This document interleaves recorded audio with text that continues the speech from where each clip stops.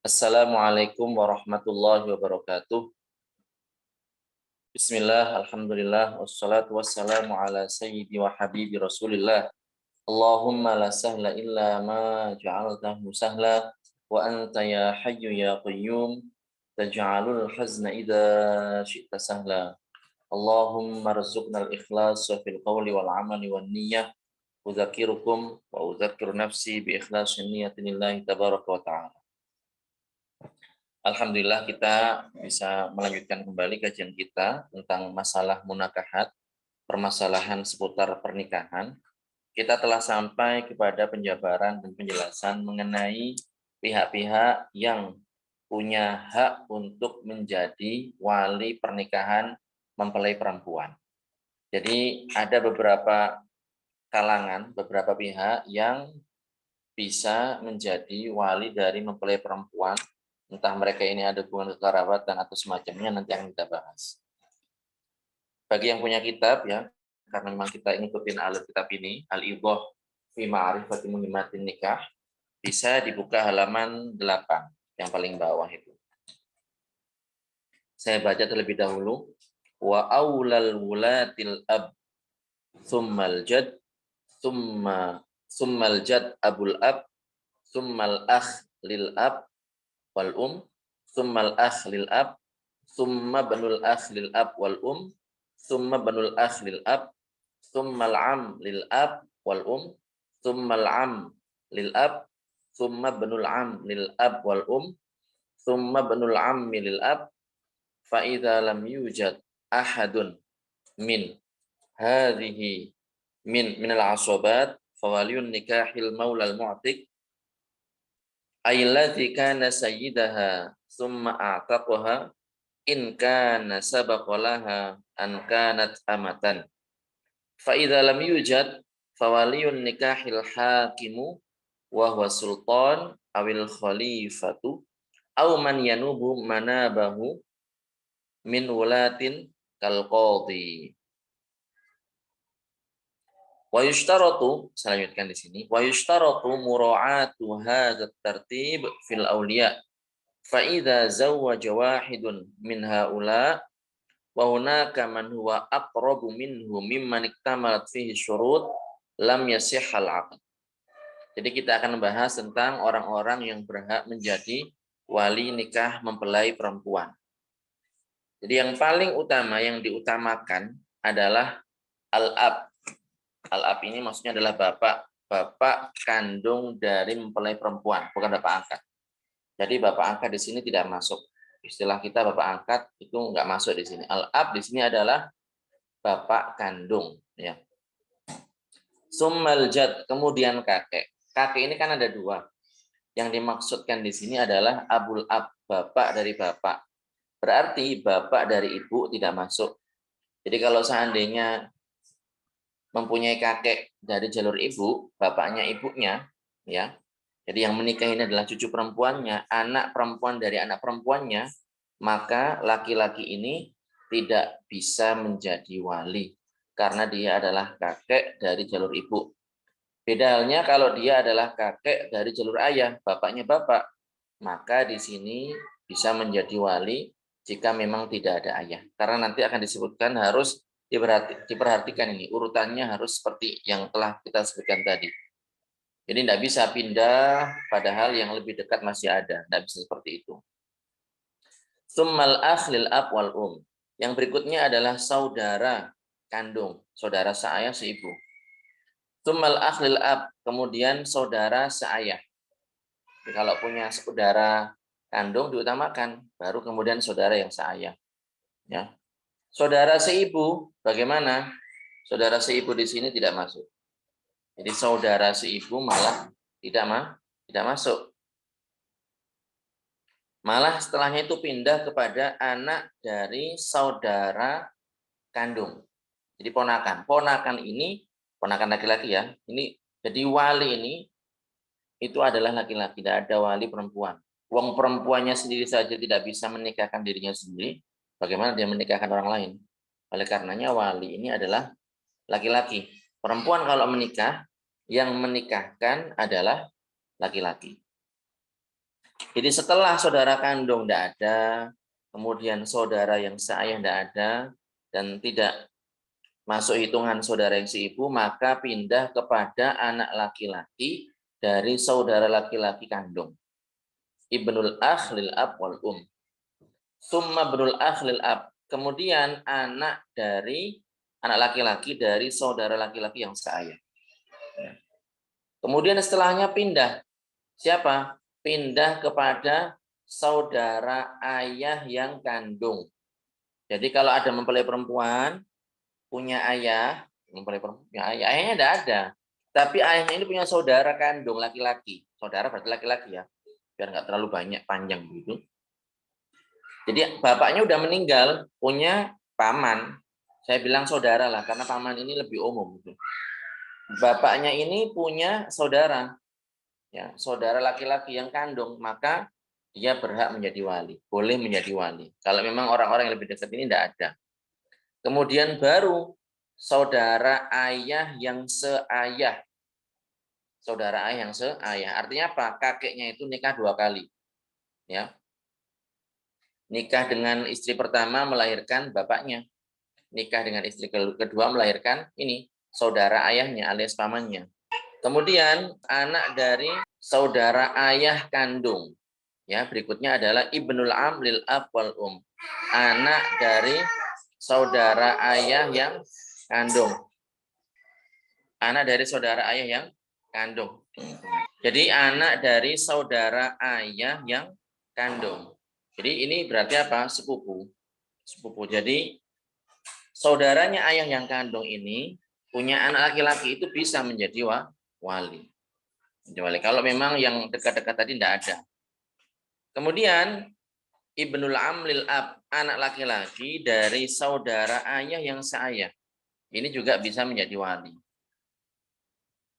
Fa idza lam yujad ahadun minal asobat. Jadi kalau tidak ada seorang pun dari yang telah kita sebutkan, dari kalau dalam ilmu faraid mawaris itu namanya mereka asobat, ya. Tidak ada seorang pun dari mereka yang menjadi wali nikah, maka fawaliyun nikahi al-maulal mu'tik. Maka yang menjadi wali nikah adalah al-maulal mu'tik, orang yang memerdekakan perempuan tersebut. Ailadzi kana sayyidaha summa a'taqaha, yaitu orang yang dulunya adalah tuan dari perempuan ini yang menikah sekarang ini, summa a'taqaha, kemudian memerdekakannya. In kana sabaqalaha an kanat amatan. Kalau memang dulu perempuan ini adalah mantan budak. Jadi perempuan ini ketika dia statusnya adalah budak, jadi kalau dia budak, ya berarti dinikahkan oleh siapa? Oleh tuannya. Oleh tuannya. Tapi kalau seandainya sudah ex budak, jadi dulunya budak, kemudian sekarang statusnya menjadi merdeka, kemudian tidak ada bapaknya, tidak ada kakeknya, tidak ada saudaranya, tidak ada pamannya, tidak ada tadi yang tidak ada semuanya, maka yang menikahkannya adalah, yang menjadi wali nikahnya adalah orang yang dulu memerdekakannya. Berarti ya siapa? Tuannya. Karena tuannya yang mempunyai dia, memiliki dia. Kemudian dia merdekakan. Tuan tersebut memerdekakan dia, maka dia punya hak untuk menikahkan. Kalau memang perempuan ini adalah budak. Jadi asalnya budak, kemudian dimerdekakan oleh tuannya, kemudian perempuan ini ingin menikah, ya. Dan tidak ada seorang pun dari golongan yang telah disebutkan di atas. Maka dalam hal ini yang menjadi wali nikahnya adalah orang yang telah memerdekakannya. Ya. Fa'idza lam yujad, kalau nggak ada bagaimana? Jadi sudah keluarganya nggak ada, dan dia dulu mantan budak, kemudian dimerdekakan oleh tuannya sudah meninggal pula. Nggak ada semuanya itu. Yakunu waliyan nikahil hakim. Maka yang menjadi wali nikah adalah hakim. Orang yang punya wewenang dalam peradilan. Wa huwa sultan awil khalifah. Dia ini adalah sultan. Sultan di sini bukan sultan yang jadi istilah orang zaman sekarang gitu kan. Oh ini sultan, tajir, kaya, melintir gitu kan. Hartanya banyak dan seterusnya. Bukan, laisa hadza. Sultan di sini adalah orang yang punya wewenang untuk menikahkan. Punya kekuasaan dalam struktur pemerintahan berdasarkan agama Islam. Awil khalifah atau khalifah. Au man yanubu manabahu min wulah, atau orang-orang yang diposisikan seperti mereka. Jadi kalau zaman dulu ya berarti orang-orang ini diberikan wewenang oleh khalifah atau semacamnya untuk menikahkan perempuan-perempuan yang tidak mempunyai wali. Kal qadhi, seperti qadhi. Ya. Bagaimana kalau seandainya tidak ada? Jadi tidak ada laki-laki yang bisa menjadi wali nikahnya, kerabatnya tidak ada, mantan tuannya yang dulu memerdekakan juga tidak ada, hakim juga tidak ada, dan seterusnya. Bagaimana? Kalau tidak ada, maka di sini perempuan ini ya mentahkim. Jadi perempuan ini dan juga ini calon suaminya ini mentahkim. Mentahkim ini menjadikan semacam hakim, orang yang beragama, orang muslim yang ngerti ilmu agama, paham masalah pernikahan ya. Kemudian orang ini secara syariat statusnya dia seperti hakim. Punya kewenangan, punya legalitas untuk menikahkan perempuan tersebut. Misalnya begini, saya pasrahkan perwalian nikah saya kepada Bapak. Misalnya kayak gitu. Itu dalam bahasa kita kurang lebih bahasanya seperti itu. Kalau dalam bahasa Arab, hakamnaka fi ziwajina. Kami mentahkim Anda untuk urusan pernikahan kami. Kami menjadikan Anda sebagai orang yang bertindak sebagai hakim ya dalam urusan pernikahan kami. Kurang lebih seperti itu. Ya, jadi setelah itu maka yang menikahkan adalah orang ini. Dia asalnya bukan hakim, bukan qadhi, tapi ditahkim, dijadikan semacam hakim. Ya, seperti itu. Kemudian ya, orang ini yang muhakkam, ini namanya muhakkam. Ya, isim maf'ulnya kan muhakkam. Kemudian orang ini mengatakan kepada laki-laki mempelai putra, zawajtuka muhakkimati fulanata. Jadi saya menikahkan kamu muhakkimati, perempuan yang setelah mentahkim saya yang bernama fulanah. Kemudian laki-laki ini mengatakan qabiltu ziwajah atau qabiltu nikahan. Saya terima nikahnya dan seterusnya. Jadi itu ya, sunahnya seperti itu. Dan ini juga bagi orang-orang yang ya enggak ada wali, misalnya perempuan-perempuan, mohon maaf ya ini saya sebut saja. Misalnya dulu hasil hubungan gelap antara perempuan dengan laki-laki lain ini kan enggak ada walinya ini kan, enggak punya saudara dan seterusnya. Maka ya inilah jalur yang ditempuh seperti itu. Kalau memang enggak ada hakim. Saya lanjutkan, wa yushtaratu mura'atu hadzal tartib fil auliya. Dan disyaratkan untuk memperhatikan urutan-urutan ini dalam prioritas orang-orang yang menjadi wali. Jadi siapa yang dahulukan? Pertama bapak kandung. Kalau masih ada bapak kandung, maka tidak berpindah kepada kakek dari jalur bapak. Kecuali bapaknya ini ternyata syarat untuk menjadi wali tidak terpenuhi. Ternyata non muslim. Ternyata dia punya akidah yang bertentangan dengan keyakinan Ahlussunnah wal Jamaah. Misalnya, kan nggak bisa diwali kan. Akidahnya misalnya Wahabi, Tajsim, meyakini bahwasanya Allah Subhanahu wa taala serupa dengan makhluknya. Dan ini menyebar ini di zaman sekarang ini. Beberapa pendakwah ini mereka dengan gayanya yang digandrungi oleh kaum remaja dan seterusnya yang suka bikin kata-kata, bikin orang baper dan seterusnya. Mereka menggunakan bahasa-bahasa yang itu menyerupakan Allah dengan makhluknya, mengatakan Allah cemburu, mengatakan mengelus dada orang yang sholat di masjid dan seterusnya. Hal semacam itu, waliyadzubillah. Padahal jelas dalam Al-Quran Allah Subhanahu wa taala berfirman, "Laisa kamitslihi syai'." Dan Allah tidak serupa dengan suatu apapun. Dan dalam ayat yang lain disebutkan fala tadribu lillahil amsal. Fala tadribu lillahil amsal. Maka janganlah jadikan perumpamaan-perumpamaan bagi Allah Subhanahu wa taala. Itu adalah ayat yang jelas dipahami dari ayat itu, jelas sekali dari ayat itu bahwasanya Allah Subhanahu wa taala tidak serupa dengan suatu apapun dari makhluknya. Tidak bisa dibayangkan. Ya. Oleh karenanya harus diwaspadai, harus dihindari dai-dai yang menggunakan ungkapan-ungkapan semacam itu, menyerupakan Allah dengan makhluknya, mengesankan Allah itu seperti makhluk, mengatakan Allah sakit hati, Allah subhanallah, ngeri kalau dia ngedengar itu. Mengatakan Allah punya anggota badan dan seterusnya, punya tangan, punya mata, punya kaki, punya, bahkan ada dari mereka itu saking mendarah daging keyakinan tasbih dan tajsim itu, mereka mengatakan bahwasanya Allah Subhanahu wa taala itu ya terserah punya segala sesuatu yang dimiliki oleh manusia dari anggota badannya kecuali jenggot dan kemaluan saja. Terserah kalian bilang Allah punya apa, terserah kalian. Yang penting pokoknya dua, jangan jenggot sama kemaluan. Waliyatubillah. Sampai seperti itu. Makanya harus hati-hati. Ya. Oleh karenanya kita itu kalau mau belajar itu jangan hanya kepada orang-orang yang terkenal. Perhatikan dulu akidahnya. Apakah sesuai dengan keyakinan Ahlus Sunnah wal Jamaah atau bertentangan.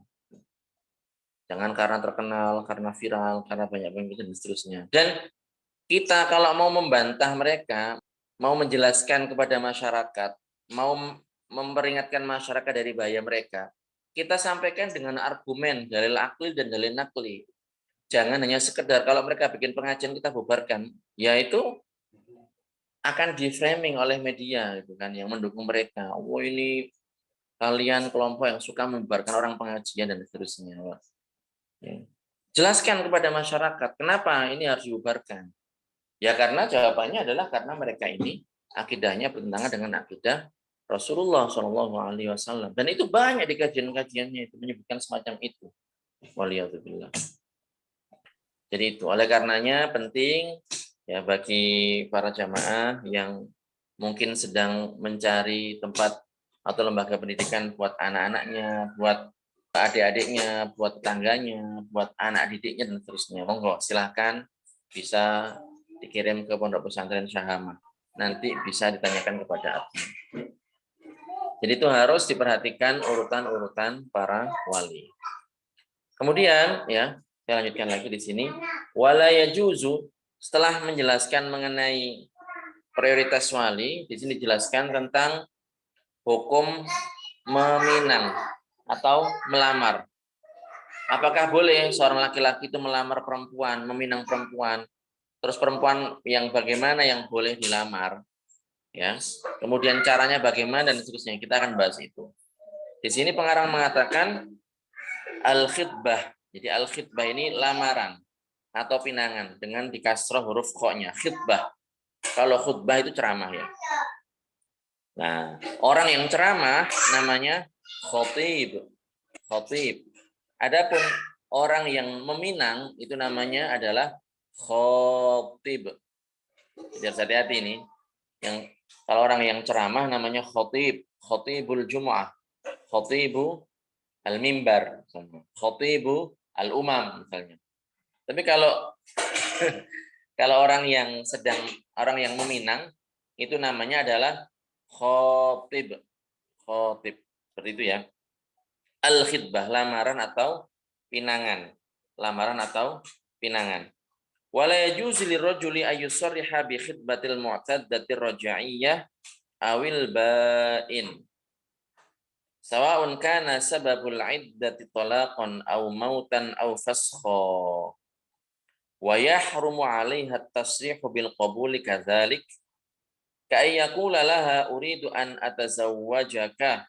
Fataqul ana muwafiqah. Ya, ana muwafiqah. Ya ini.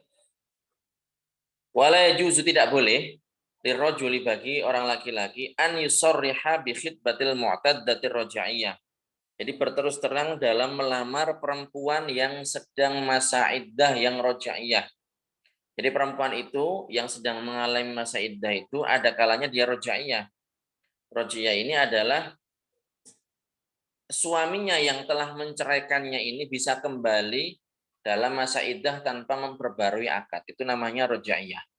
Jadi kalau perempuannya statusnya kondisinya seperti itu, maka tidak boleh laki-laki itu berterus terang melamar perempuan yang seperti ini. Jadi ada perempuan diceraikan oleh suaminya, masih dalam masa iddah. Masa iddahnya katakan 3 kali suci. Maka sebelum berakhir 3 kali suci ini tidak boleh berterus terang, itu tidak boleh. Tidak boleh mengatakan saya ingin menikahimu, tidak boleh. Awil bain. Begitu juga yang bain. Jadi misalnya ditalak 3, ya, di khulu misalnya. Nanti ada khulu itu apa, talak 3 itu apa. Talak 3 ya dikatakan kamu saya cerai talak 3. Itu namanya bain di sini. Ya, jadi kalau laki-lakinya pengen kembali tidak cukup dengan mengatakan saya ingin mengembalikanmu kepada pernikahan kita. Tidak cukup, harus ada akad baru, ada wali, ada saksi dan seterusnya. Demikian pun tidak boleh berterus terang. Sawa'un kana sababul iddati talaqan. Jadi ini tidak ada bedanya, baik sebab iddah itu adalah karena dicerai. Jadi kalau perempuan itu dicerai oleh suaminya, maka dia menjalani iddah. Au mautan, perempuan ditinggal mati oleh suaminya, juga menjalani iddah, tidak bisa langsung nikah. Au faskhon, atau karena rusak akad nikahnya. Jadi karena tadi itu dihulu, atau karena ada hal-hal yang kurang terpenuhi syaratnya sehingga ikatan pernikahannya ini menjadi rusak, maka di sini tetap tidak boleh berterus terang dalam meminang perempuan yang statusnya seperti itu. Sebagaimana laki-laki ini tidak boleh berterus terang dalam meminang, perempuan ini juga sama. Tidak boleh, ya, tidak boleh berterus terang dalam menerima jawaban laki-laki tersebut. Iya, saya setuju, saya mau, ayo kapan, dan seterusnya. Nanti saya atur bagaimana supaya suami saya ini segera. Nggak boleh kayak gitu. Nggak boleh. Kayak pula, ini contohnya seperti ini. Uridu an atazawwajaka. Jadi meminang itu kayak gimana sih? Iltimasun nikah. Iltimasul khatibi minal maktubati an nikah. Seorang laki-laki minta kepada seorang perempuan untuk mau dinikah. Itu namanya khitbah, meminang, melamar. Seperti mengatakan, uridu an atazawwajaka. Saya ingin menikahimu. Ini terus terang ini. Menikah apa artinya? Ya sudah, menikah yaitu menjalin hubungan berdua dengan akad secara ketentuan syariat. Itu namanya menikah. Ini namanya berterus terang. Tidak boleh. Fatakulu ana muafiq. Saya setuju. Tidak boleh. Nah, ini sama-sama tidak boleh. Seperti itu. Ya nanti ada perinciannya. Bagaimana kalau yang mengatakan itu adalah suaminya sendiri yang menceraikan. Bagaimana kalau seandainya perempuan ini masih statusnya adalah istri yang sah dari seorang laki-laki. Nah ini insya Allah akan kita bahas pada pertemuan berikutnya. Mudah-mudahan bermanfaat. Mungkin ada beberapa pertanyaan, silakan 3 pertanyaan mungkin. Ini ada yang ngechat ini. Masya Allah. Panjang sekali nih. Assalamualaikum Ustaz, terima kasih atas ilmu yang bermanfaat. Ya sama-sama. Mohon maaf izin bertanya melalui privat. Saya ingin bertanya mengenai wali. Jika Bapak sudah meninggal, berarti akan diwalikan dari saudara laki-laki dari keluarga Bapak. Tapi jika saudara laki-laki dari keluarga Bapak susah dihubungi untuk menjadi wali, kira-kira bagaimana solusinya Ustadz? Apakah bisa melalui hakim untuk menjadi wali? Terima kasih Ustadz, jazakumullah khairan katsiran. Jadi begini, Mbak penanya, harus memperhatikan urutan yang telah kita sebutkan tadi. Kalau memang Bapak tidak ada, berarti kalau Bapak tidak ada, berarti pindah ke kakek. Ya, kakek tidak ada, berarti pindah ke mana tadi? Saudara kandung dari mempelai putri. Kalau nggak ada, berarti saudara yang seayah. Kalau nggak ada, berarti saudaranya ayah yang kandung. Kalau nggak ada, berarti saudaranya ayah yang seayah. Kalau nggak ada, kemudian anak dari saudara kandung, anak laki-laki. Seperti itu, diurunut terus. Kalau mereka semuanya nggak ada, atau dihubungi tidak bisa dan seterusnya, ya sudah, berarti pindah. Pokoknya intinya kalau memang tidak ada, berarti pindah ke yang setelahnya, yang bisa. Ustadz, apa saja larangan di masa iddah? Ini nanti sebenarnya akan kita sebutkan pada pertemuan selanjutnya. Jadi dipantau terus, jangan sampai ketinggalan kajiannya. Akan saya sebutkan di sini beberapa. Jadi perempuan yang dalam masa iddah ini, larangannya, di antara larangannya adalah dia tidak boleh menerima pinangan laki-laki lain. Harus nunggu sampai selesai. Itu tidak boleh. Tidak boleh. Tidak boleh ketika ada laki-laki lain, selain suaminya ya, kemudian datang, saya ingin menikahimu. Kamu kan sudah cerai sama suami kamu. Tidak boleh menerima. Tidak boleh. Nah, itu diantaranya larangannya itu. Dan harus dibedakan antara iddah dengan ihdad. Ada iddah, ada ihdad.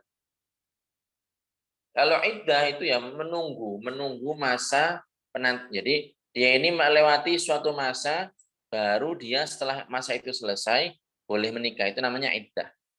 Ada kalanya 3 kali suci, ada kalanya sampai melahirkan, ada kalanya 3 bulan 10 hari. Itu namanya iddah. Tapi kalau ihdad ini adalah kondisi di mana seorang perempuan itu ditinggal mati oleh suaminya. Nah ini dia tidak boleh keluar rumah dalam kondisi bersolek yang menor kayak gitu, pakai minyak wangi, karena ihdad ini adalah tarkuz zina. Jadi tidak berhias diri, tidak memakai baju yang pernak-pernik yang full color kayak gitu, itu tidak boleh, ya. Yang menunjukkan apa menghias diri dan seterusnya, nggak boleh, kan nggak layak kan, masa suaminya meninggal langsung seakan-akan kayak tebar pesona begitulah. Itu namanya adalah ihdad, ya, meninggalkan hal semacam itu semuanya, tidak berhias, tidak pakai minyak wangi, ya, itu namanya adalah ihdad, ya. Itu insya Allah akan kita sebutkan. Pertanyaan ketiga, mohon maaf Ustadz, kemarin saya pernah bertanya, kan ibu kandung saya sudah meninggal dunia, kemudian ayah kandung saya sudah menikah lagi. Pertanyaannya, apakah boleh suami saya bersalaman dengan ibu tiri saya, ibu sambung saya? Perasaan sudah saya jawab ini, tapi saya lupa. Baik, nanti saya murojaah lagi, karena ini hukum syar'i, jadi saya kalau ragu ya saya tidak berani jawab. Tolong diingatkan nanti admin. Next. Ustadz, dikatakan ada seorang perempuan yang ingin menikah, tapi ayah kandung tidak mau menikahkannya, tidak merestui dengan alasan ada masalah di masa lalu dengan orang tua calon mempelai pria. Itu bagaimana solusinya, Ustadz? Barakallahu fikum. Jadi begini, nanti akan disebutkan bahwasanya ayah dengan kakek ya ini punya hakul ijbar. Dia punya hak untuk menikahkan paksa putrinya dengan syarat tentunya ya. Seperti itu. Jadi ya kalau memang tidak merestui, ya sudah ikutin saja. Insya Allah ada berkahnya. Kecuali kalau memang mau memperjuangkan cintanya, ya silahkan dijelaskan dan seterusnya. Itu kan masa lalu ya. Kalau sekarang kan ini calon suami saya ini kan lain dan seterusnya. Seperti itu. Dia alhamdulillah sudah belajar di Pondok Pesantren Syahama, namanya.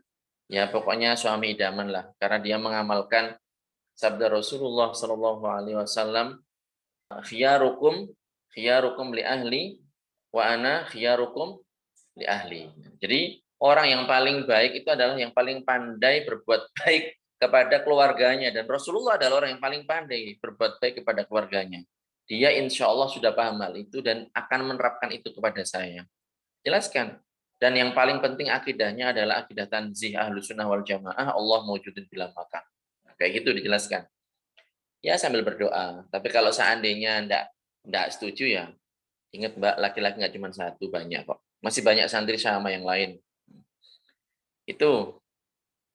Kemudian berikutnya, di luar bahasan, saya punya ponakan,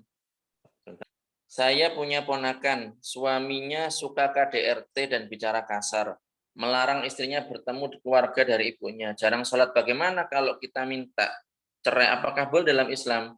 Ya, kalau seandainya seperti itu boleh minta cerai. KDRT, KDRT, masa mempertahankan rumah tangga dengan laki-laki yang suka main tangan kayak gitu? Silakan minta cerai. KDRT tidak sholat, waliyadzubillah. Itulah makanya penting sekali jangan cuma silau dengan ketampanan. Jangan cuma terkesima dengan harta. Jangan terpedaya dengan popularitas. Utamakan yang paling pertama itu adalah ilmu agamanya, akhlaknya. Rasulullah Shallallahu Alaihi Wasallam berpesan kepada para bapak dalam urusan menikahkan putri-putrinya. Beliau mengatakan, in wajadtum man tardawna dinakum. Jadi kalau kalian menemukan orang-orang yang kalian ridhoi dalam urusan agama dan akhlaknya, sudah nikahkan putri kalian. Rasulullah bilang seperti itu. Jika memang misalnya dilangkahi urutan wali tanpa ada uzur, apakah mempengaruhi sahnya nikah? Kan sudah dijawab tadi. Jadi kalau seandainya ada ayah, padahal ini syarat-syaratnya terpenuhi, lah kok menikahkan kakek tanpa ada uzur dan seterusnya, ya tidak sah pernikahannya. Ya, pernikahannya tidak sah. Ustaz izin bertanya, jika ada wali nikah yang dekat tapi tidak memenuhi syarat sebagai wali, itu tidak sah. Bapak tadi kan sudah saya sebutkan. Ya, mohon diperhatikan ya pas ngaji biar tidak diulang-ulang. Jadi kalau memang ada yang lebih dekat tapi tidak terpenuhi syarat ya tidak sah. Pindah ke yang setelahnya. Bapak misalnya non muslim kan nggak terpenuhi syaratnya. Iya, jadi boleh istri minta cerai. Kalau ada hal yang semacam itu boleh. Tapi mungkin cukup. Saya khawatir nanti nunggu istri saya. Barakallahu fikum. Mudah-mudahan bermanfaat. Dilanjut pada sesi dan pertemuan berikutnya. Kita tutup dengan tahlil, selawat dan istighfar. La ilaha illallah. Allahumma sholli ala sayyidina Muhammad wa ala alihi wa sahbihi wa sallim. Rabbi ighfirli wa li walidayya wa lil mu'minina wal mu'minat. Alhamdulillahirabbil alamin. Wassalamualaikum warahmatullahi wabarakatuh.